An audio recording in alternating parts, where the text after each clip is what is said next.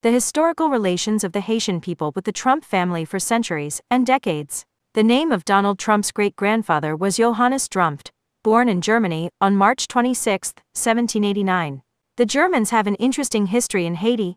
The first German settlement in the former French colony baptized under the name of Santo Domingo, independent on January 1, 1804 under the name of Haiti, Haiti. In fact, the Trumps were in Bombardopolis, south of Mall St. Nicholas. About 1,000 Germans, including Johannes Trumpt, came to Bombardopolis in the 18th century and managed to make a living with coffee culture. Many of them received Haitian citizenship thanks to Jean-Jacques Dessalines after 1804, and gradually mixed with the rest of the population.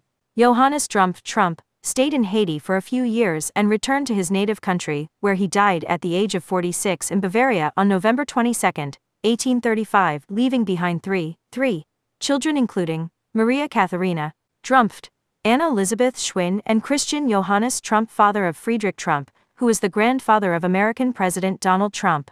Haitian people and the whole world, I must inform you that this is a little-known story of the immense hospitality and virtue of the Haitian nation, dear readers from all over the world.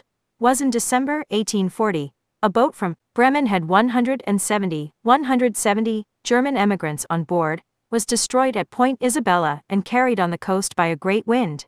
Fortunately, there is no loss of human life from where the passengers were brought to Cap Haitien, devoid of all their property.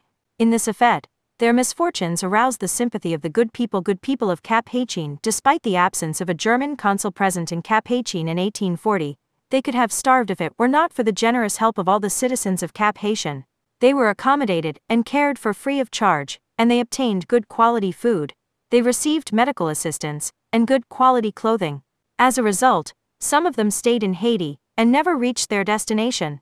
From then on, German merchants began to settle permanently in Haiti around the 1850s. At the end of my text, I cannot and I do not want to close without saying that the Germans and their descendants behave like inhumans towards the Haitian people, taking into account the Ludus case and many historical injuries they made against Haiti, against the Jews, against humanity by Adolf Hitler, and Konzers on the military level.